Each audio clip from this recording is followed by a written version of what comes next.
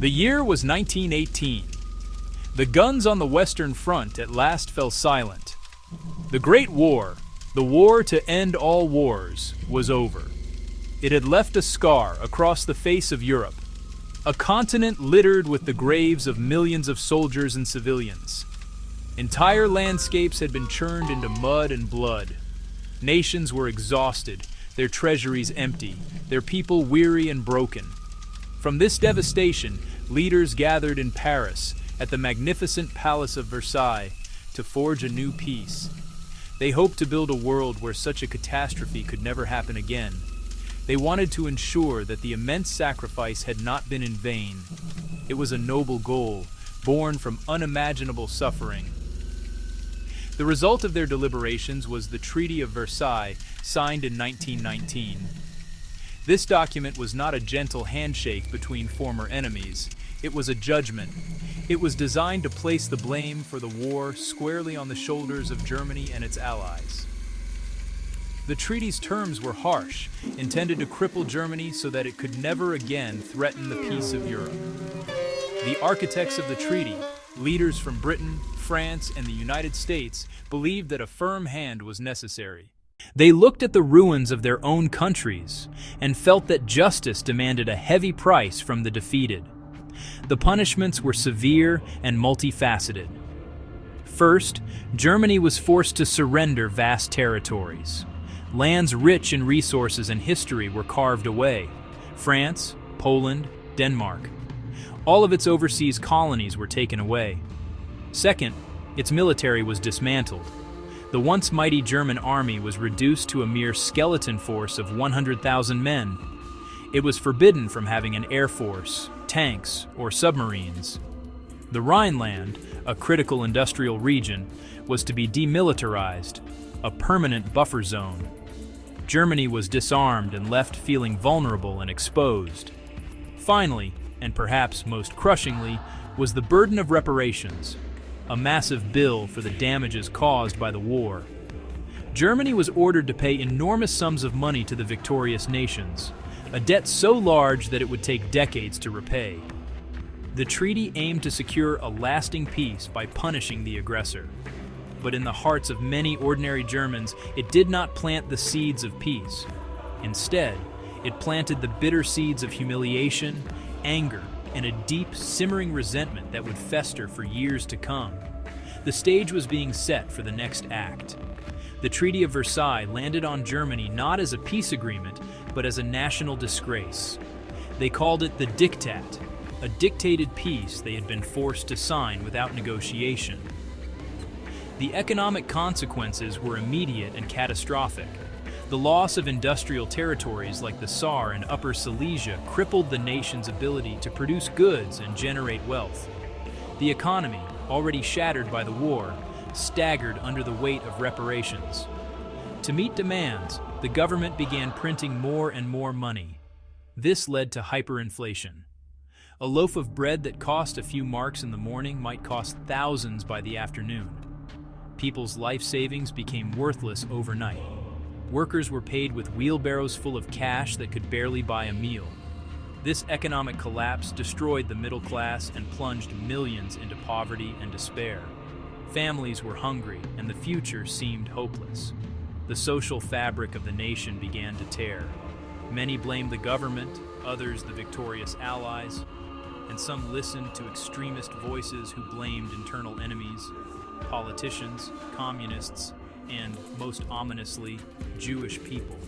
The stability and order that Germans had once valued were gone, replaced by chaos, hunger, and a profound sense of injustice. People yearned for a strong leader to restore order, provide jobs, and reclaim Germany's lost honor. The anger was a fire waiting for someone to fan its flames. The end of the First World War was not just the end of a conflict. It was the end of an era. The old world order, vast multinational empires, shattered like glass. Map of Europe, 1923, showing new borders. The Austro-Hungarian Empire, a sprawling domain, simply ceased to exist. Austria, Hungary, Czechoslovakia. To the east, the Ottoman Empire collapsed. Its Middle Eastern territories were carved up by Britain and France. The Russian Empire had fallen, consumed by revolution and civil war. These new countries were born into a world of instability. Their borders were often drawn in Paris with little regard for ethnic mixes. A new nation like Yugoslavia was a collection of different peoples: Serbs, Croats, Slovenes, and others. Poland was resurrected, but with large German and Ukrainian minorities. This created immediate and lasting tensions. Many suddenly found themselves minorities in countries they did not feel part of. These states were politically fragile, their governments inexperienced, their economies weak. The weakness created a power vacuum in the heart of Europe. Anxious, vulnerable states feared larger neighbors, a potentially resurgent Germany, a revolutionary Soviet Union. The League of Nations was meant to protect them, but it had no army. Its power relied on member cooperation. It proved a weak and ineffective guardian. Old empires fallen and weak new states brewed nationalism and insecurity.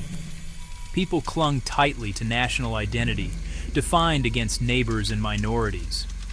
Grievance became common: Poles, Hungarians, Germans. Europe became a tinderbox waiting for a spark. Just as parts of Europe began to find a fragile stability, a new disaster struck. Not on a battlefield, but on the trading floors of New York City. In October 1929, the American stock market crashed, triggering the Great Depression. Banks failed. Factories closed.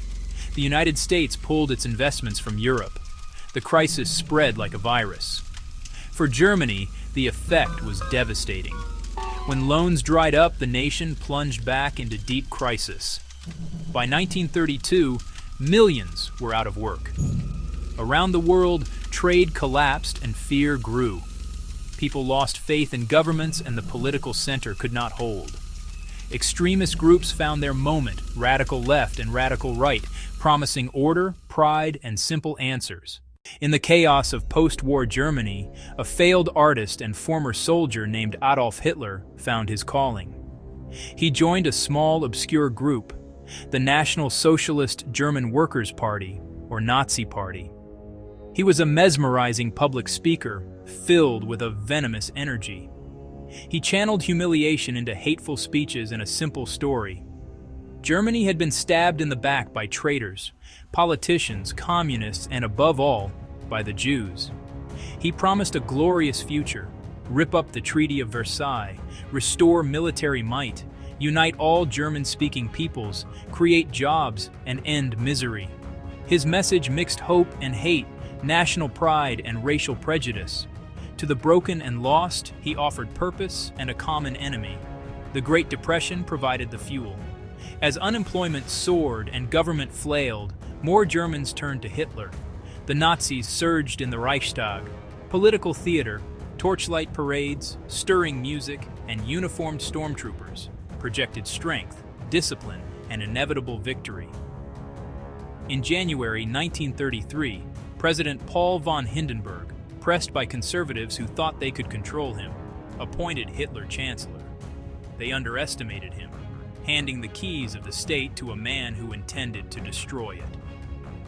His rise was not a military coup but legal maneuvering, a democracy dismantled from within.